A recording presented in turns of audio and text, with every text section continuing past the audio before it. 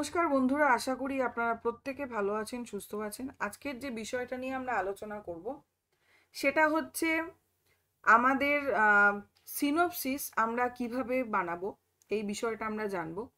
এবং তার পাশাপাশি হচ্ছে সিনপসিস বানাতে পারলে তাহলে কিন্তু পিএইচডির যে ইন্টারভিউ সেটা কিন্তু আটকে যায়, কারণ প্রত্যেকটা ইউনিভার্সিটিতে এখন পিএইচডি করার ক্ষেত্রে কিন্তু আমাদের একটা সিনপসিস জমা দিতে হয়, আমরা যেই পার্টিকুলার বিষয়ে করতে চাচ্ছি সেই বিষয়ে। সুতরাং সেক্ষেত্রে আমাদের সিনপসিস কিভাবে বানাতে হয় জানাটা প্রয়োজন।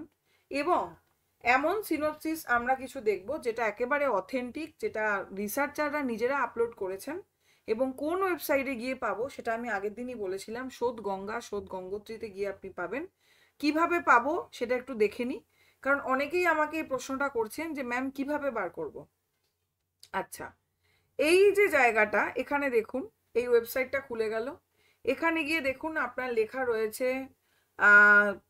কতগুলো থিসিস রয়েছে, কতগুলো সিনোপসিস রয়েছে এখানে। ঠিক আছে, এই বিষয়গুলো কিন্তু আমরা এখানে দেখতে পাচ্ছি। এবার আপনি যদি থিসিস দেখতে চান অবশ্যই এখানে ক্লিক করে গিয়ে থিসিস দেখতে পাবেন। আপনি যদি সিনোপসিস সম্পর্কে আইডিয়া নিতে চান তাহলে একটা সিনোপসিস আপনি এখান থেকে ডাউনলোড করে নিতে পারেন। আচ্ছা, এরপরে আমরা এখানে চলে গেলাম হচ্ছে, এবার এখানে এই ইউনিভার্সিটির কন্ট্রিবিউশন ইত্যাদি বিষয়গুলো রয়েছে, কোন কোন ইউনিভার্সিটি টপ ইউনিভার্সিটি। যাই হোক, আমাদের সেই বিষয় ভেবে লাভ নেই, আমরা চলে গেলাম হচ্ছে সিনপসিসে। ঠিক আছে, টোটাল রয়েছে এত, এই রয়েছে।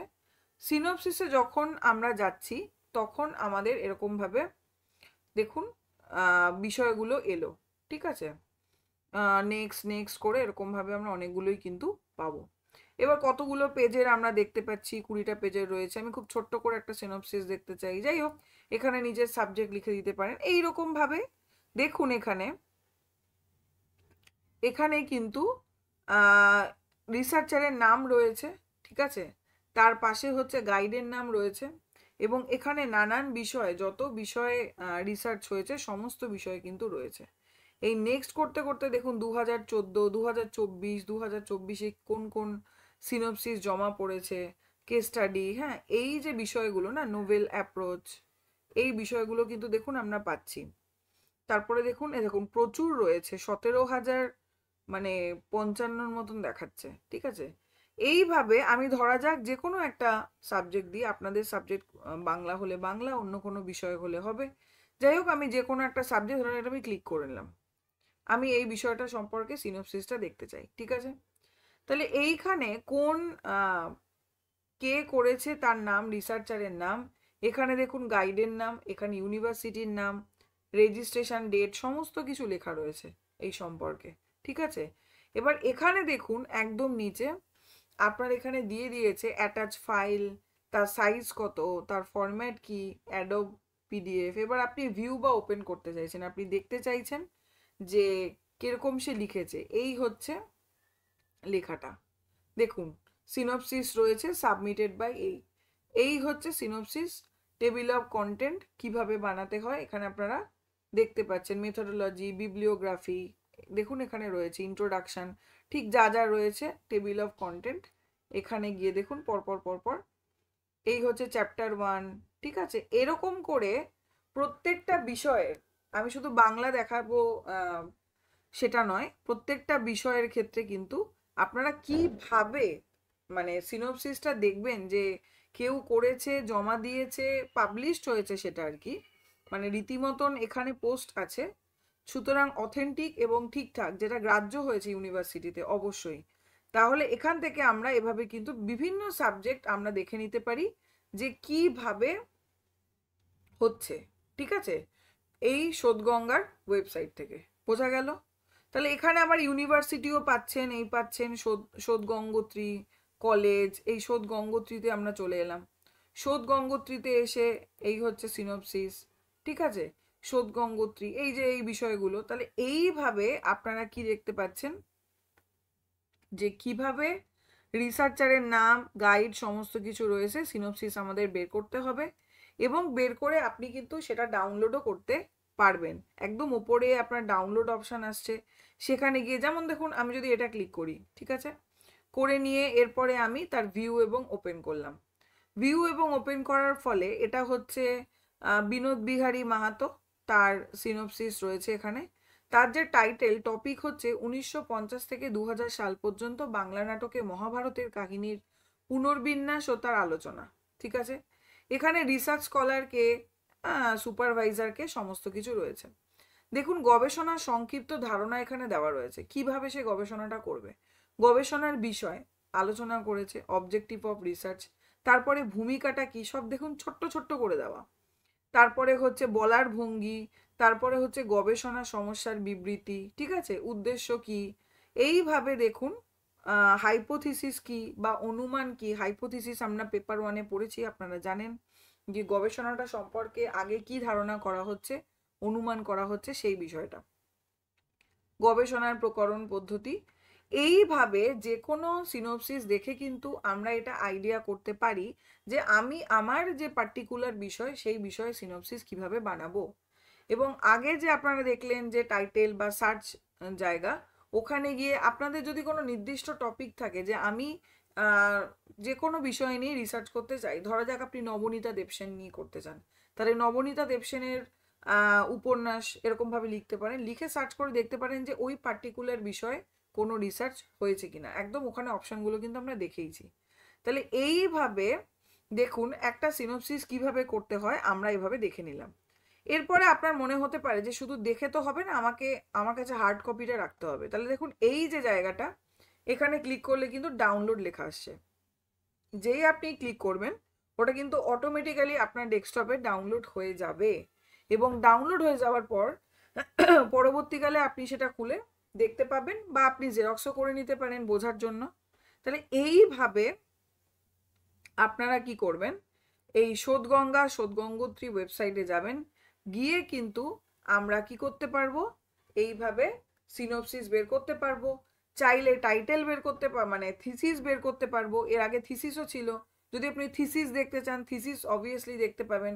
যেটা আপনাদের মনে হচ্ছে যে আমাদের জানতে হবে সেটা কিন্তু আপনারা সেখান থেকে পেয়ে যাবেন। তার পিডিএফ ডাউনলোড করে নেবেন, করে নিয়ে দেখে নেবেন। তারপরে আপনার নিজের সাবজেক্টে যে সিনোপসিস আপনি করতে পাচ্ছেন না, এটা একটা খসড়া পড়ে নেবেন, পড়ে নিলে কিন্তু আপনার নিজের সিনোপসিসটা আপনি অতি সহজেই বানাতে পারবেন বলে আমার মনে হয়। সুতরাং এই ছিল ভিডিওটা। অবশ্যই ভালো লাগলে লাইক করবেন, বন্ধুদের সাথে শেয়ার করবেন। অনেকেই বিষয়টা জানেন না, সিনোপসিস কিভাবে বানাতে হয়, থিসিস কিভাবে লিখতে হয়, বা থিসিস বিষয়টা কি, সিনোপসিস বিষয়টা কি, সেটা জানতে গেলে আমাদেরকে কিন্তু দেখতে হবে কেউ একজন লিখেছে তার লেখা, এবং যেই লেখাটা মান্যতা পেয়েছে এবং অথেন্টিক। তাহলে সেটা আমরা কিভাবে দেখব, সেটা কিন্তু আমরা এভাবে দেখব। ঠিক আছে, এরপরে আপনার ওয়েবসাইটে গিয়ে আরও অনেক কিছু সার্চ করে আপনি কি জানতে চাইছেন বাংলা বিষয়ে, না আপনার কোন সাবজেক্টে কি বৃত্তান্ত, এইভাবে কিন্তু আপনারা পেয়ে যাবেন। ধরুন এখানে এখানে গিয়ে আপনি বেঙ্গলি সার্চ করলেন, বেঙ্গলি সার্চ করে আপনি এখানে ক্লিক করে দিতে পারেন। এরপরে বাংলার চলে এলো, ঠিক আছে, যেটা বলেছিলাম আপনার নিজের সাবজেক্টের যদি করতে চান, বেঙ্গলি চলে এলো, করে এসে এবার আপনার মনে হলো বেঙ্গলির মধ্যে বেঙ্গলি লিটারেচারের দিকটা আপনি দেখবেন। এরকমভাবে সমস্ত বিষয়গুলো এলো। তারপরে আপনার মনে হচ্ছে এখানে আপনি পেয়ে যাচ্ছেন, দেখুন জীবনানন্দের উপন্যাস। আপনি যদি জীবনানন্দ নিয়ে কাজ করতে চান তাহলে আপনি দেখে নিলেন যে আমিও তো ভেবেছিলাম যে জীবনানন্দ সম্পর্কে কাজ করব, তাহলে একবার দেখে নিত জীবনানন্দের উপন্যাস সম্পর্কে, মানে ইনি কি লিখেছেন।